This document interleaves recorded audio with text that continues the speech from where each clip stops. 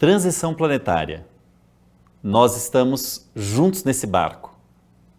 Que atitude será a atitude mais saudável para adotarmos, já que teremos que singrar esse mar, não é? Estamos singrando, na verdade.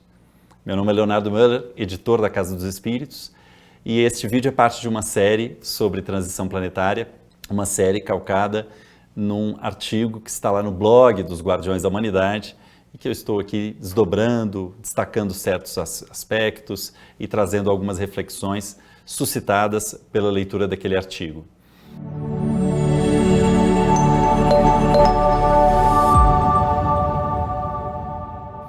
Na verdade, este vídeo, eu gostaria de fazer uma espécie de continuação do vídeo anterior em que eu falava da atitude de nós, seres humanos, que estamos experimentando esse momento de mudança. Eu dizia que mudança não é nunca uma coisa assim muito tranquila, assim muito fácil, e eu fiz um paralelo com uma reforma, né? Uma reforma de uma casa, de um apartamento, de uma sala comercial, sempre é algo que tem uma boa dose de caos, né? O cronograma estoura, o orçamento estoura e coisas que foram previstas num projeto não conseguem ser executadas por essa ou aquela limitação, ou poderiam ser executadas, mas ficam muito caras, ou muito mais caras ainda.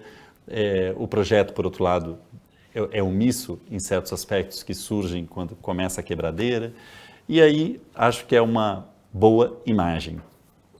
E eu falava também que, de repente, nem pessimismo, aliás, nem otimismo, nem pessimismo, porque os dois podem ficar acomodados de que as coisas, na sua convicção, ou darão certo ou darão errado, e que nós temos o dever de prosseguir.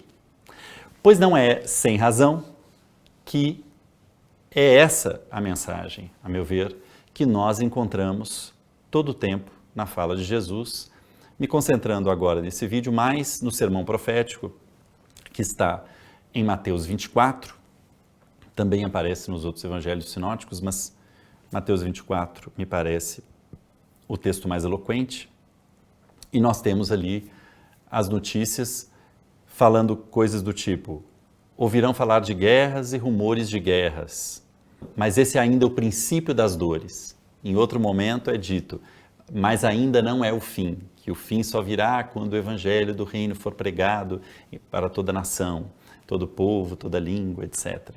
E também é ali, naquele capítulo, que nós vemos o versículo: aquele que perseverar até o fim será salvo. Então, há uma série de notícias que Jesus procura dar, ou que o evangelista procura dar ali, né, na fala de Jesus, porque realmente é sermão profético, porque o capítulo é todo Jesus falando, né, registrado, claro, na pena do evangelista. Há toda uma preocupação em alertar com relação a eventos escatológicos, ou seja, a eventos de fim dos tempos, que serão eventos drásticos. E Jesus se preocupa em dizer aos seus pupilos o seguinte: não se exasperem, mais ainda, não se desesperem, porque está tudo previsto. Aliás, essa é uma grande virada de chave, uma grande sacada, eu acho, um insight tremendo, quando os espíritos nos chamaram a atenção, por meio da mediunidade de Robson Pinheiro, de que aquilo ali não são simplesmente previsões ou profecias, como se Jesus tivesse se preocupado em anunciar o que virá simplesmente por essa razão. E claro que não só o Evangelho, mas, né, outros emissários seus em outros tempos e culturas se ocupam dessas profecias. Não. Essencialmente, o que nós lemos no Evangelho é um programa de estudos ou um programa de aperfeiçoamento a que a civilização terrena, ou a Terra, mas considerando o planeta em si e também a humanidade que nele habita, aí abrangendo a humanidade encarnada e desencarnada, é um programa de aperfeiçoamento que a civilização terrena, ao qual a civilização terrena está sujeito. Então os espíritos disseram, ora, se as coisas começarem a acontecer, tal como este programa, né? E elas aconteceram e têm acontecido, indico, entre tantas evidências, o livro Apocalipse, uma interpretação espírita das profecias de Robson Pinheiro pelo espírito Estevão, dá muitas evidências nesse sentido, mas nós também podemos ler o trecho final do livro A Gênese, os Milagres e as Predições segundo o Espiritismo, de Allan Kardec, em que Kardec analisa as predições e vê do cumprimento de várias delas. Mas se a gente lê e as coisas começam a acontecer conforme ali está descrito, há uma clareza então que, é sinal que tem alguém no comando. Portanto, não são simplesmente advertências com relação ao que acontecerá no futuro, mas sim um programa dizendo, olha, isso é o que está no script, isso é o que está no roteiro.